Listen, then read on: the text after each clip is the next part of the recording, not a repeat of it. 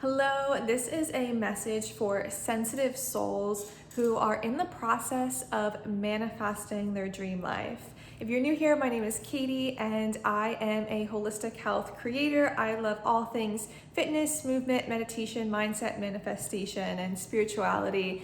And if you are somebody that is highly sensitive, you might be very empathetic, you might take people's words and opinions straight to your heart.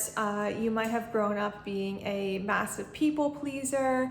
I like to call myself kind of like an energetic sponge, taking on people's energies, taking on even their personality traits. If you are one of these people, there is nothing wrong with you. This is actually a superpower because you are highly in tune with energy and frequency, and your intuition is very strong. You can be a magnificent healer. However, a lot of these people, such as myself, feel called to do something important, do something big, help the world. These people can have, we have big hearts and we care about other people and we understand what it feels like to feel deeply, to even to hurt deeply. And we don't want that. We want to help people. And a lot of the times this involves us going out into the world in order to manifest what we want. So if you are somebody that is trying to go out and help other people, whether you want to create content or become a coach or just to speak up more in your personal community, friend group, workspace, family, whatever it is, that requires you to actually go out into the world and express yourself fully. And that seems, when you first are starting out, like an easy thing to do. I'm going to pursue what I love. I'm going to talk about health and fitness, for example, or my political opinions, or whatever it is. It seems like, I'm going to promote the things that I really care about. But the truth is that you're going to find that it's actually really hard to do because your whole life you have been conditioned to believe that other people's opinions determine your value.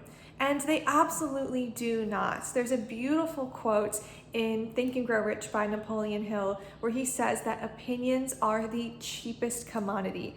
Everybody has a plethora of opinions. So what I'm going to ask you to do, or suggest that you do in order to overcome this, is to start journaling. Figure out what it is that you want to stand for. What are your values? Ask yourself, what do I stand for? And write the response down. Who do I want to be? What does my ideal future self look like? Write that down, maybe even visualize it. And then ask yourself, how can I set boundaries? How can I, respond to these situations that are inherently going to come up when I start to use my voice more? Because a lot of times we like to believe that since we are so highly empathetic and we care about people, that other people feel the same way about us. But that is not necessarily true. We came here to be healers because the world needs healing, and there's a lot of people in the world that are hurting, and we need to make sure that we protect ourselves from that energy of hurt and not take it on into ourselves. And a good way we can do this is to prepare by knowing, I'm going to delete and block those awful comments and get rid of the people from my life that are holding me back. Or I'm not going to talk to the people in my life that don't believe in my dreams as much. Things like that.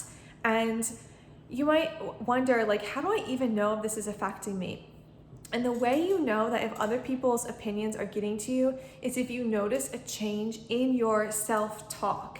So if when you are by yourself, you spend time with yourself, you are doing your thing, you're meditating, you're in the flow, you're doing yoga, you're doing your own work, I don't care what you're doing, what you love to do, if it's painting, whatever. When you are by yourself and you feel good, you feel in connection with source and with your higher self, that is the authentic you.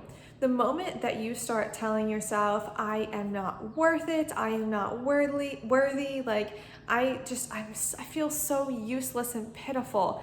Those are not your true opinions. Those are things that have been snuck into your subconscious by other people's negative behaviors and comments. And sometimes your ego can take on that voice in order to protect you from doing things that are going to make you feel like you're going to receive more of those comments. But again, those comments or opinions or whatever it is that people have to offer you have nothing to do with your worth. That is a reflection of them. What other people put out into the world is a reflection of their level of consciousness. And that's not to say that we have to judge the people that are leaving bad comments or saying bad things to us. They are at a certain point in their journey, and we should, try to help them along. But it is not to judge them.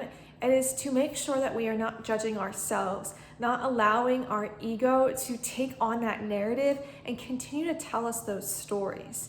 And one of the best ways, after we ask ourselves, has the voice in my head changed? Have I started saying things that are self-deprecating or I don't believe in myself? The best way to practice being in touch with yourself is to practice mindfulness, to do the meditation practices, to actually be able to see your thoughts for what they are and take a step back. And that's also to say that when you have these negative thoughts, you don't have to beat yourself up for having them. I know for a fact that I do. I always say like, oh my gosh, why am I having these bad thoughts? But it's an opportunity for those thoughts to come up so that you can work your way through them. And you can always start again.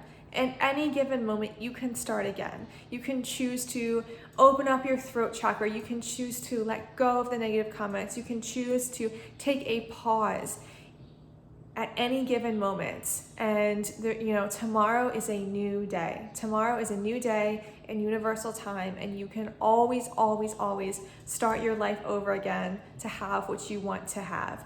And as sensitive people, this takes practice. It takes practice not letting other people's energy come into our field so much. It takes practice not believing the negative comments. It takes practice not to believe our ego. But when you do this practice, you're going to become better at it and you're going to become stronger. And that is when those beautiful things that you have been trying to manifest are going to start coming into your reality, because you have given them space to exist. You have put up the boundaries of the hate can stay on the outside, and there is a space here that I am holding for all of these beautiful manifestations to come in. So I hope that you found some value from this. Go ahead and check out my Insight Timer meditations, which are completely free, and everything is linked down below. Go ahead and give this video a like and a subscribe. It really helps me out, and it's completely free to do. And I'm just sending you so much love. I will see you guys next time. Bye.